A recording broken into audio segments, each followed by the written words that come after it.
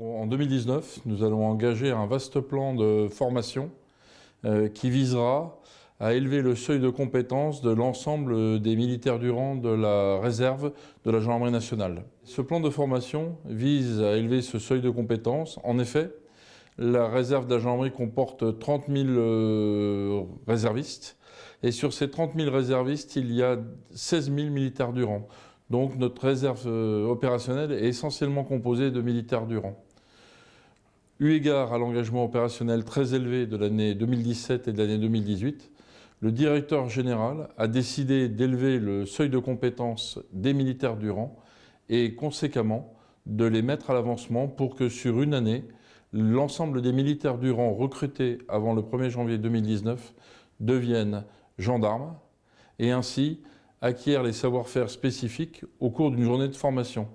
Cette journée de formation comprendra la PJA, le diplôme d'adjoint de police judiciaire adjoint, une séance de secourisme ainsi qu'une progression tactique en trinôme.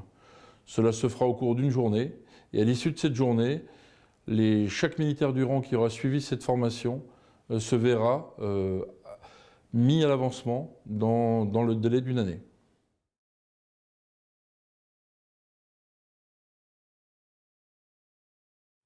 Alors pour la protection du réserviste, je crée à l'occasion de la restructuration du CRG un bureau protection, c'est le 3e bureau, qui va s'occuper d'une part de la protection fonctionnelle du réserviste, de sa protection dans le domaine des assurances, puisque nos réservistes s'engagent à nos côtés et l'année dernière, c'est plus de 80 blessés qu'il y a eu au sein de la réserve de la gendarmerie nationale. Mais au-delà de cette protection, nous visons aussi une protection physique du réserviste. En effet, si 20 000 gilets pare-balles ont été ventilés sur le terrain, ils sont utilisés de façon inégale et nous voudrions, avec les commandants de région, les commandants de formation administrative, les commandants de zone, veiller à ce qu'ils soient mieux répartis. Et d'autre part, le SAELSI, le service d'achat d'équipements et de la logistique de la sécurité intérieure, est en train de procéder à un recensement pour combler le delta, pour combler le manque de gilets pare-balles sur le terrain, pour faire en sorte d'atteindre l'objectif fixé en 2018 par le directeur général de la gendarmerie nationale, c'est que chaque réserviste, homme ou femme, dispose d'un gilet pare-balles et un gilet pare-balles qui soit adapté au plan ergonomique.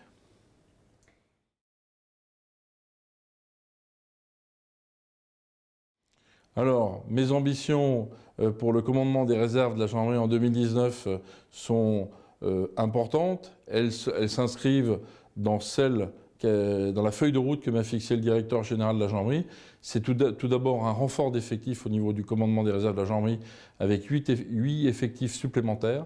Ces 8 effectifs supplémentaires me permettront d'armer les 3 bureaux et pouvoir mieux répondre aux attentes des réservistes sur le terrain.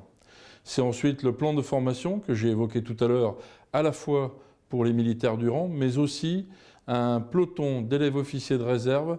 Il n'y en aura qu'un seul cette année pour des raisons budgétaires, mais qui permettra de former des officiers subalternes. Enfin, nous allons, toujours dans le domaine de la formation, essayer de faire en sorte de former quelques officiers, officiers supérieurs au plan de gestion de crise, donc à l'école militaire. Donc c'est toute la chaîne réserve qui va faire l'objet d'un plan de formation rénové. Nous veillerons aussi, dans le domaine de la réserve citoyenne, de créer un logiciel qui s'appellera Minotaur, Réserve citoyenne de défense et de sécurité, qui permettra de mieux cartographier les compétences de notre réserve citoyenne. Enfin, dans le domaine de la planification, eu égard aux contraintes budgétaires, nous allons demander que chaque commandant de formation administrative planifie mieux, chaque commandant de groupement planifie mieux l'emploi des réservistes pour qu'ils soient employés dans les moments où nous avons besoin. Les renforts hiver pour les stations d'hiver, les renforts estivaux sur les côtes méditerranéennes, atlantiques, et enfin pour tous les événements prévisibles.